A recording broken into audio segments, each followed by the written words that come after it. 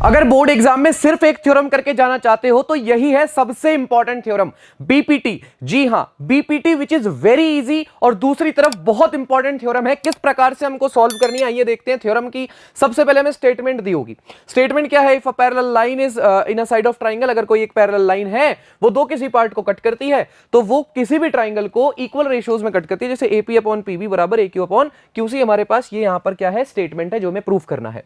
अब यहां पर जो कंस्ट्रक्शन वाली बात है ये आपको याद करनी है, ठीक है? ये तीनों चीजें याद करके जाना है बीपीटी के बाद। बस यही चीज है जो आपको याद करनी है, बाकी सारी चीजें तो इजीली लॉजिकली हो सकती हैं। जैसे आपको कंस्ट्रक्शन में बी क्यू और पी सी को मिलाना है। ऐसा क्यों सर? क्योंकि हम इस सवाल में जैसे ही आगे आगे जाएंगे हमें मेनली सिर्फ और सिर्फ तीन ट्राइंगल्स पकड़ने हैं बस। सबसे पहले ऊपर वाला ट्राइंगल देखो, ये ट्राइंगल हर केस में पकड़ना पड़ेगा आपको। इस ट्राइंगल को लो और आपको जो बराबर में एक छोटा ट्राइंगल दिख रहा है वो वाला लो, यानी कि ये वाला ट्राइंगल और ये वाला ट्राइंगल, यानी हमें दो इंपॉर्टेंट ट्राइंगल यहां पर यूज करने हैं। इन दोनों ट्राइंगल में मैं जानता हूं ये जो है एक एक्यूट एंगल ट्राइंगल है जिसकी मीडियन या फिर हाइट आप बोल सकते हो वो कहां होगी? इस ट्राइंगल के अंदर होगी। और ये जो ट्राइंगल है पी बी क्यू, ये एक ऑब्ट्यूज एंगल ट्राइंगल है जिसकी हाइट जो है वो ट्राइंगल के बाहर होगी। लेकिन एक चीज जो मैं जानता हूं वो ये है कि इसकी जो हाइट है वो इस ट्राइंगल और इस ट्राइंगल के लिए बराबर है, यानी in triangle A P Q and B P Q heights are same. If heights are same, we can say the ratio of the area is equal to the ratio of the bases.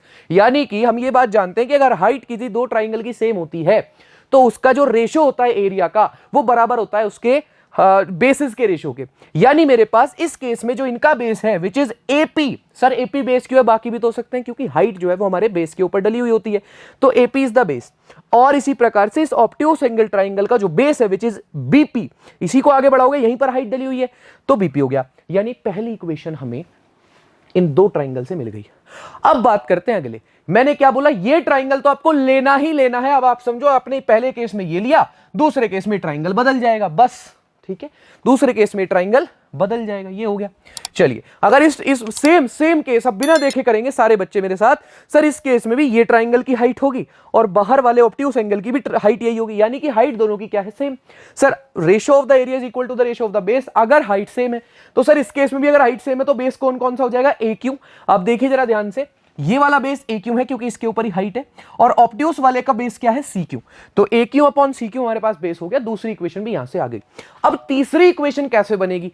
अब बहुत बार आपने ये वाला ले लिया लेकिन आप किसके साथ ना इंसाफी कर रहे हो? वो है छोटे वाले ट्राइंगल। तो हम क्या करेंगे? हम बोलेंगे चलो कोई बात नहीं, इसको हमने दो बार ले लिया, अब इसको हटा देते हैं, अब हम बाकी दोनों ट्राइंगल को ले लेते हैं, ठीक है?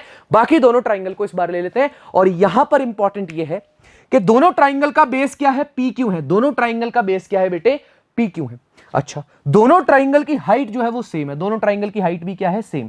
आप इजीली इसको यहां पर ऐसे कैलकुलेट कर सकते हैं कि इन दोनों की जो हाइट है वो कुछ इस तरीके से आ रही है, और आप इस स्टेटमेंट को लिखेंगे अपनी कॉपी में। कैसे लिखेंगे? कि सर हमें गिवन है, गिवन क्या है? दो पैरेलल, हमें यहां पर लाइन पैरेलल है, यानी कि पी क्यू और बी सी दोनों पैरेलल है। दोनों पैरेलल लाइन के बीच में अगर दो लाइंस परपेंडिकुलर डालते हो तो वो दोनों बराबर होती हैं। इसका मतलब सर हमारी हाइट भी सेम है और हमारा बेस भी सेम है, तो ratio of the area of triangle if height and base are same equal to 1 होता है। तो सर इसका मतलब ये है पहले वाले केस में जो मेरे पास रेशियो आया, दूसरे वाले केस में जो रेशियो आया, और तीसरे केस में जो रेशियो आया उसकी वैल्यू क्या है? 1, ठीक है?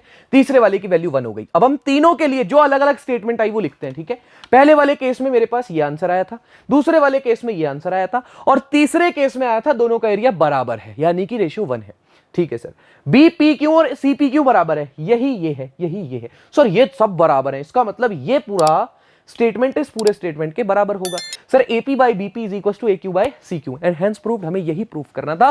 बड़ी इजी थ्योरम है, याद रखना।